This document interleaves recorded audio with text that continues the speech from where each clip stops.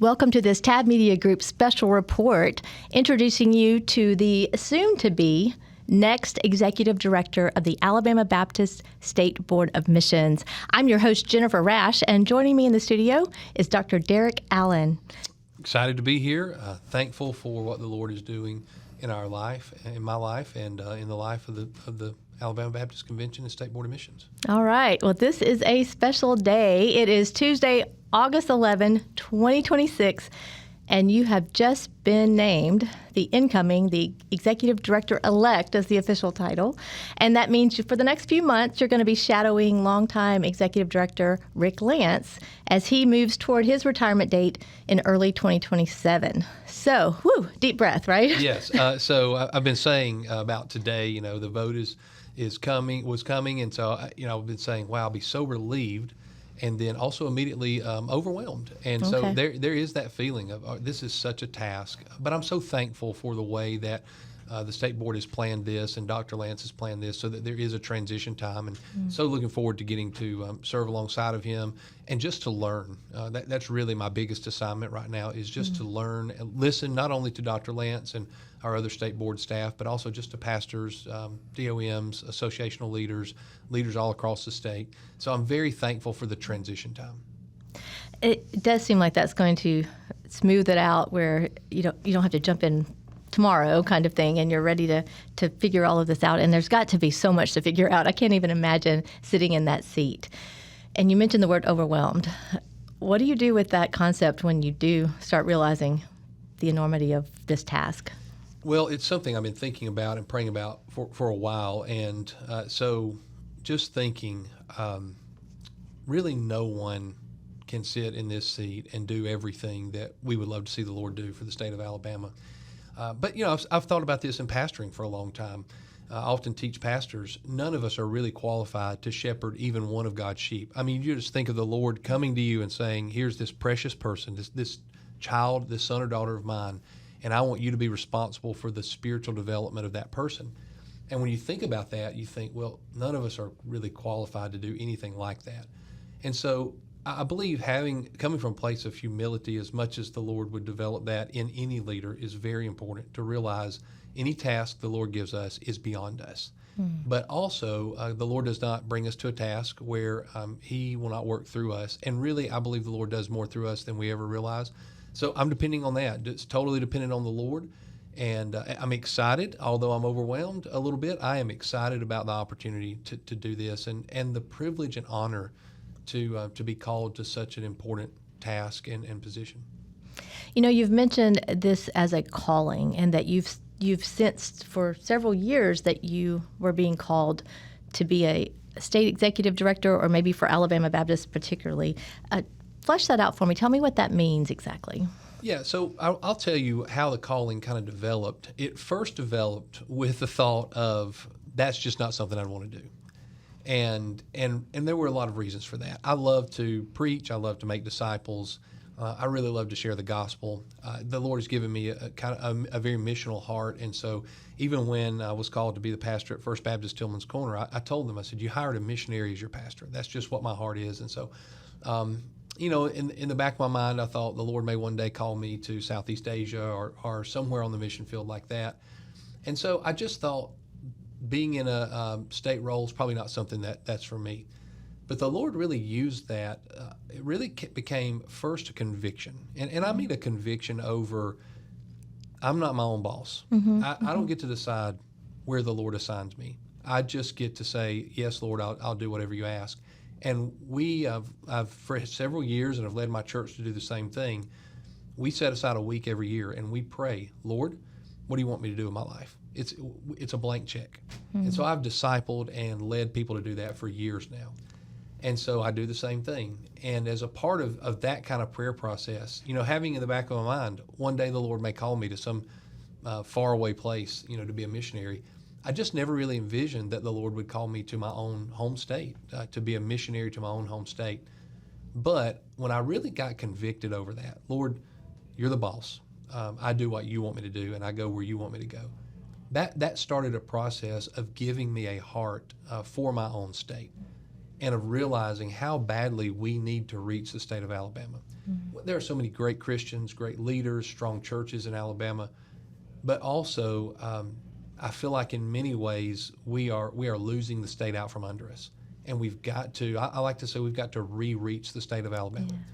So from a conviction over the Lord is my boss to really a passion for we've got to see God do something in our own state, that developed into a calling. And of course, I couldn't say, well, hey, I'd be the next executive director for Alabama, but it became a calling to use as much influence and as much opportunity as the Lord would allow me to have to be a part of that. And so I knew eventually Dr. Lance would retire. And so I just had kind of resolved that whoever comes into the role, that I would be their biggest supporter. I'd be a cheerleader. I would say, hey, we're here to help. What can we do? You know, what can I do? And there came a point where I determined that, Lord willing, I would give the rest of my life to serve in the state of Alabama. And so all of those things kind of were culminating at the same time. And then as Dr. Lance announced his retirement, people started to reach out and say, hey, you should consider applying for that role. And to be honest with you, I thought, okay, I will apply for this role, but you know, there are other people who are more qualified. There are other people that might be considered for this role. And so I thought I'll apply for it, and then I'll be a big cheerleader for the next guy. But that was not what the Lord had in store. And so so that calling just solidified all along the process. And the search team, the transition team, they were tremendous in helping me along the way. And so here we are. And the team basically jumped right into action after Dr. Lance announced. He announced his pending retirement earlier this year in early February with the January 31, 2027 date. The transition and search team jumped right to work, and by the end of March, they had a handful of applicants to review. They will not tell me how many, but they said there was a lot, and you were one of those, obviously. And several people had indicated that they were urged to apply, and so you're right. I think they're absolutely a good, solid pool.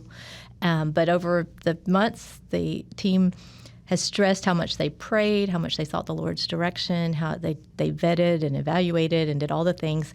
And by sometime in July, you surfaced, and then they presented you to the executive committee of the State Board of Missions and then to the full State Board of Missions. Board of Directors, basically, it's a little bit confusing how the titles all work, but it's basically like a board of trustees that oversees the main parts of function of the State Board of Missions, not the day-to-day operations, but they're the overseers, if you will. And so they are the ones who elect the executive director. It does not have to go to messengers. It does not have to be approved at the state convention. It is official as of the vote of the State Board of Missions, and that happened. And so all of that played out really quickly. So it was interesting watching how smooth the process really was. It has been a very smooth process, and you're right, it played out very quickly. For me personally, it was a really long journey. So it was all of that I just unpacked for you earlier was a years-long journey of me really coming to that point of realizing, okay, the Lord wants me to invest my ministry here in my home state. Right. But then when Dr. Lance announced his retirement, the actual process, very smooth. It did move very fast. And the transition and search team, which they're kind of tasked with both. Their job is to search, but then also to oversee the transition. They did a tremendous job. And so they met weekly. And even if they met by Zoom, they met every single week. And they were just dedicated to the task that they had been assigned. And so, as you said, you know, it doesn't go to the state convention because the state board functions as the state convention when it's not meeting, and really this position oversees the state board and has relationships to the state convention. So, you know, Baptists can really come up with confusing ways to say things. The way we operate is so confusing, but so that's why it doesn't. Well, and on that note, yes, as the executive director, you will be overseeing the day-to-day operations of what happens in state convention life. You also, by nature of the role, will be the treasurer of the state convention. So all of that does get kind of clunky, but within that, there are entities, there are associations, there are churches. All of that kind of circles in this big family known as Alabama Baptist. So let's jump there. You are a native Alabamian. Your wife, Lindsay, is a native Alabamian. She was born in Georgia, but she got to Alabama as quickly as she could. Okay, good deal. So you and Lindsay both pretty much roots here, and in fact, the Etowah County area, if I remember correctly. We met as summer missionaries at the Etowah Baptist Association. Really? How interesting. I love that. And then you've served as a pastor at different levels. You were a church planter down in Miami for 6 years. Is that right? 7 years. We did it.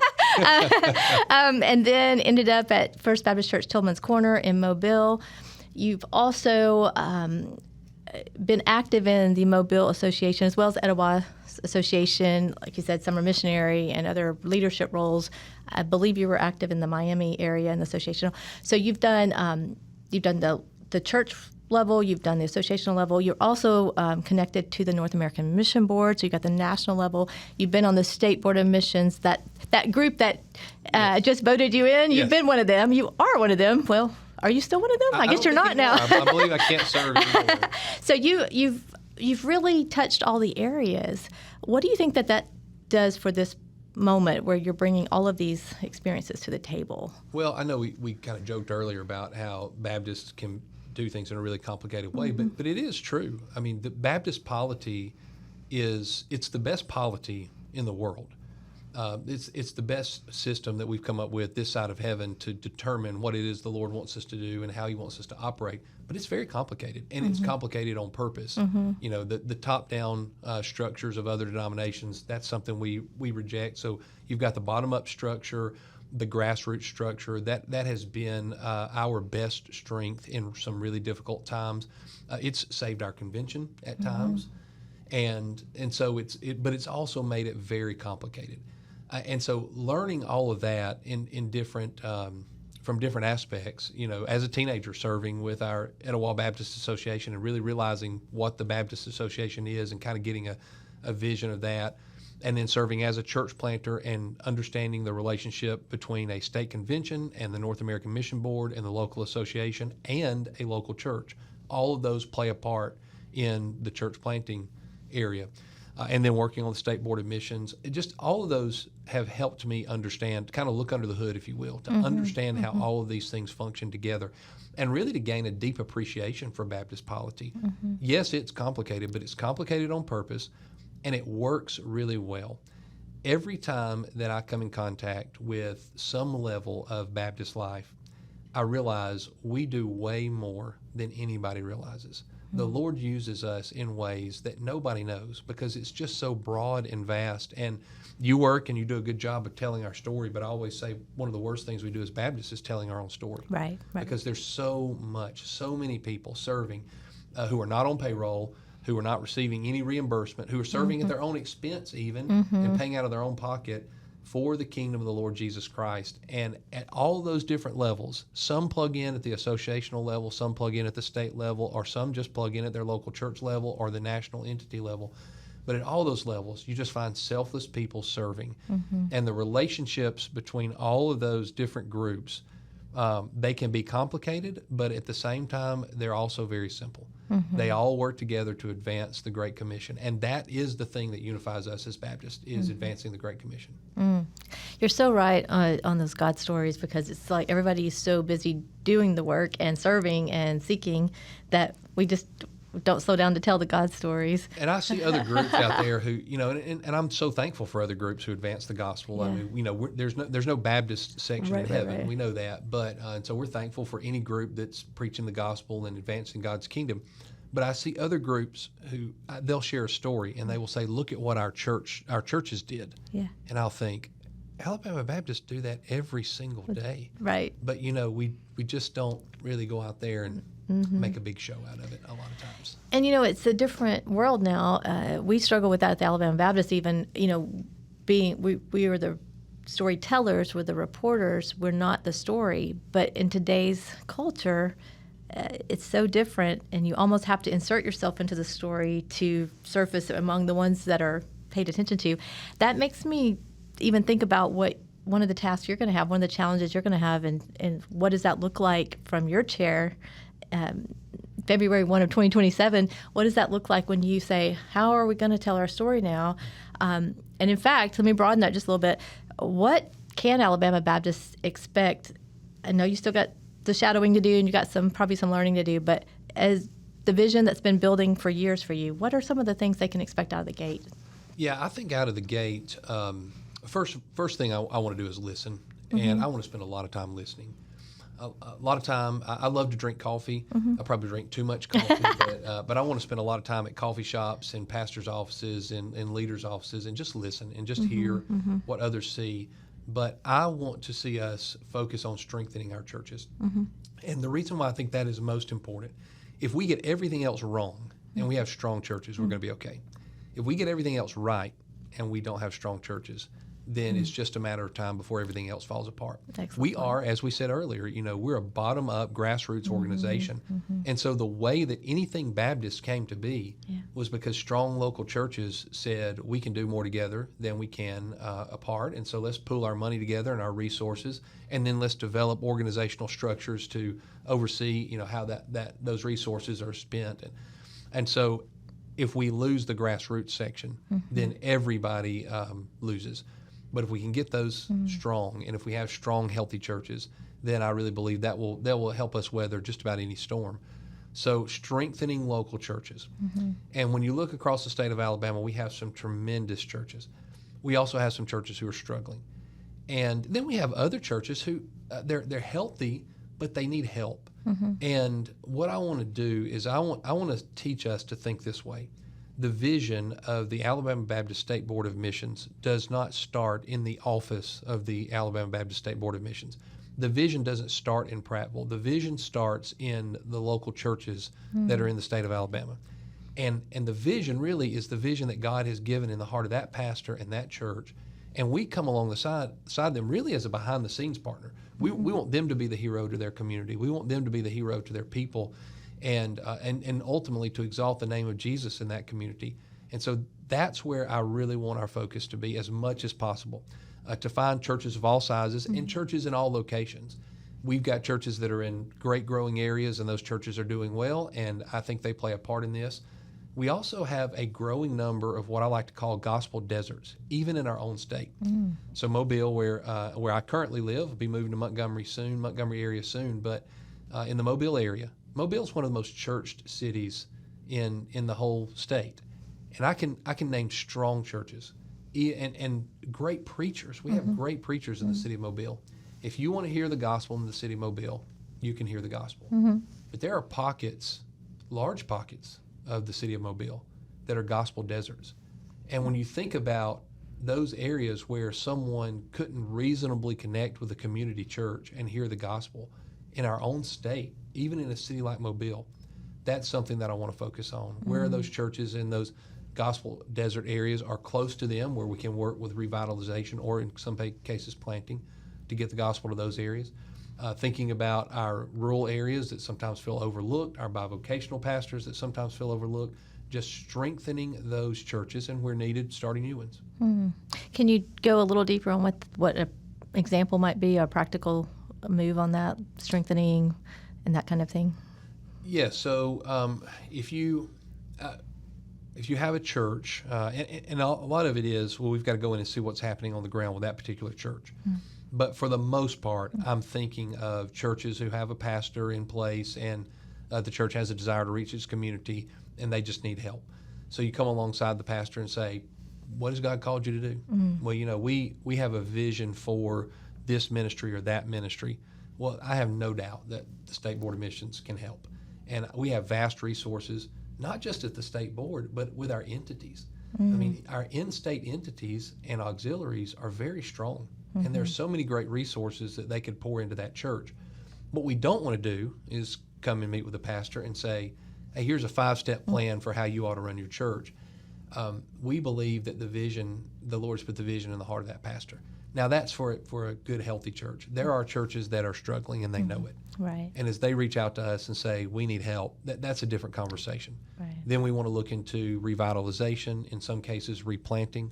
And that takes a tremendous amount of evaluation to make the right decision on that. But we want to come alongside them, and maybe we are helping them discover their vision and helping them discover why the Lord placed them in that community for this moment of time, and how the Lord wants to use them there to help kind of reinvigorate a vision. But ultimately still, we don't want it to be our vision. It's got to be their vision. And to let them catch a vision for what God could use them to do. And once we kind of kickstart that, then we want to resource them, encourage them, strengthen them, and let them be used by God in their community. So I think it sounds like to me it would be an opportunity to go in, evaluate, have the conversations, and almost customize a resource opportunity for them. Is that fair? Am I hitting that right? I think so. And, customization's hard. So right, there's a reason why every house in neighborhood looks exactly the same. I know. But I think it's important. Yeah. And the reason I believe it's important is because the Lord calls men and to pastor churches, and he calls churches to reach their community for that particular community. Yeah. And what works for First Baptist Tillman's Corner, and what works for Ively Baptist Church, the church that I was raised in, it's not the same. Right. And as pastor of First Baptist Tillman's Corner, I could never really understand what Ively Baptist Church might need. And so it's that pastor that God has called there, and that congregation that God has given a love and heart for their own community. The vision is going to rest with them. That's going to be so interesting to watch play out. And I know that so many churches are going to be excited to know that they can just come have that conversation.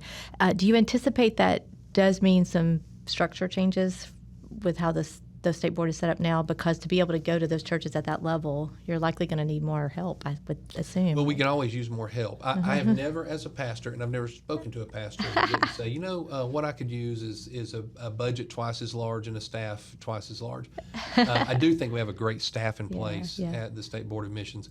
And what I want to do, that's a lot of the listening. Right. So without, I'd really be out of bounds right now to say, hey, here's what we need structurally. But I think we have a tremendous staff. And so what I want to do is I want to listen. Because I do believe that the existing staff knows better than I do what they're hearing from churches all over the state. And then I want to hear from our churches and our DOMs or associational missionaries or whatever title. The new title next whatever week, title right? they might have. Right now, I feel so bad for those guys. I know. Just as soon as they get used to one title, here comes the executive director. That's what we have in Mobile. My new way is just to say associational leader, and you guys have your own titles. I don't know. So, hearing from them about what they're hearing from their churches, and I really think that will help us develop a definitive strategy moving forward. So I'm going to put pause on that before I just here's the structure, here's the strategy, because of course I have ideas and thoughts about it, but ultimately I recognize I don't know until I hear from those people. Makes sense. Definitely makes sense. All right, let me do a God story really quickly. I want to go back to that. So Lindsay was sharing with me a little bit about when y'all introduced your children to the concept of what was about to happen and how God was speaking to you when she was dealing with some just all the logistics of it all. Could you share that with us? I'd love to share that story. I love God stories, and I was so excited when she shared it. So, of course, people have been asking us, hey, how can we pray for you? And we've had several consistent prayer requests, one of them being that the Lord would prepare the hearts of our children. And this is a very hard thing. So in fact, one of our kids, one of our young adults, it's hard to call him a kid anymore, he's 17. We just moved him in at the University of Mobile. And so we're prepping for that. He's going to be moving in at the University of Mobile, and in his mind, he's going to be 20 minutes down the road from mom and dad. Oh, that's right. And his bedroom's going to be there for him to come home, and And so we know as we're preparing him for all this, we can't tell him, but we know it's very likely that that's not going to be the case. Then we have 2 teenagers who are in our student group at church, and of course they love it, and they have strong friendships there. And then we have our 2 younger kids who are 6 and 9. And so all those are difficult ages for a change like this. So we've just been praying and praying, Lord, soften the heart of our children and prepare them for this. And then the timing on this for us personally, there were so many things that were falling into place but we just had this big roadblock, mainly with our children's homeschool community. So we homeschool the kids. Lindsay homeschools the kids. Right. I come home at the end of the day. I'm the principal who just comes home and, takes care of any discipline issues. Okay, I like Lindsay it. actually homeschools the kids. Okay, gotcha. I will say I get involved in math. I like math. Oh, really? Math Okay. is sort of a hobby, and so I love to dive in on the math. But, so Lindsay homeschools our children, to be clear. But but they have a homeschool community, Right. And they have a particular program that they use, and that program is all over the nation. So anywhere you go, there are groups that meet and follow that program. So knowing we would be moving to this area, Lindsay started reaching out to the directors. It's called Classical Conversations. So started reaching out to their directors. Hey, are there any spots? They limit their spots. Well, there were spots, but there were spots in 3 different places on 2 different days, which would really be chaotic for our family. So we were looking at Montgomery, Prattville, and Wetumpka as locations for our kids to go to homeschool community. Right. So dropping one off over here, driving over there, and making Lindsay's life crazy. And then also probably what would happen is we would end up in one of those communities, and at the end of the year, more spots would open up so that we could move to one community. But then some of our kids have lost all their friends in Mobile, moved here, developed friendships, and they've got to do the same thing at the end of the year, say goodbye to friends they've made there. So we really didn't want it to be that way. But we had tried every angle, honestly, and had looked at in so many different ways, and there didn't seem to be any way. So I was praying. We gather with our pastors every Monday morning for a time of prayer. And so during that prayer time, I just prayed for almost the entire hour that we were praying, Lord, you have worked out everything else.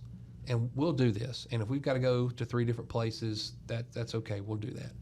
But Lord, would you just work this out? Would you work out the timing? And I have a prayer journal, and so I wrote down some notes about that as I was praying that. And either that afternoon or the next day, I believe it was that afternoon, Lindsay called me and she said, "You're not going to believe this. Spots have opened up at the one that she wanted the most. They've opened up. All the kids are going to be able to go to the same homeschool community." Wow. They have just one family backed out, and that family had children all the same ages as our kids, and so everybody's got a spot. That gives me chills. Everybody's got a spot. And, and I had prayed about it in the past, but I really had not been in serious prayer about this one issue until that morning. And I just knew. I mean, it was the moment she told me, I said, I know that is a direct answer to prayer. Well, then fast forward to a couple weeks later, we're sitting with our kids, and I was able to get my prayer journal out and say, I want to tell you the story that I just told you, and I want to read you from my prayer journal. And so I read to them from the prayer journal, and I said, the one thing I want you to know, we know without a doubt God has called us to this. And so we know the Lord has called us to this, and He is going to go before us, and He's going to take care of us. And whatever we have to walk through, the Lord will be with us as we do it. But I also want you to know the Lord cares about us, and the Lord cares about working out small details like this. And everything will not be perfect, but we see God's hand in this, and God has heard our prayers, and God has answered our prayers. And the Lord just used that and so many other things really to soften their heart. And they were sad, there were tears, but they're also really excited to see what God's going to do. Love that story. That's fantastic. Well, thank you, Derek, and welcome aboard. Thank you.